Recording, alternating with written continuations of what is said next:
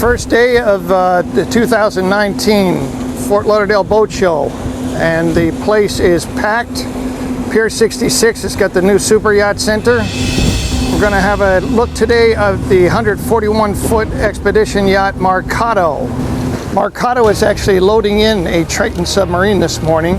Robert Carmichael is here from Brownies, and they're headed over to the Bahamas, where they're going to be doing scientific and expedition work next week. All right, so what we're going to do is once he gets out, I'm going to bring you guys into this ladder. Rotating forward, guys, to get it back away from the boat.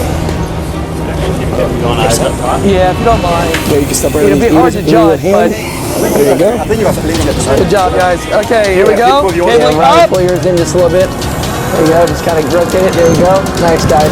Perfect. Just like that. Now, also, we gotta watch the. Okay, booming up. Let's just make sure I'm gonna have enough room. Yes, I am. Done. There you go. Nice. You can get hands on it. You guys lost your tender. Okay, guys. I'm gonna. We can adjust that later. Mostly at home. She's a little. Right, I'm paying attention. Like that? Yeah, I'm happy.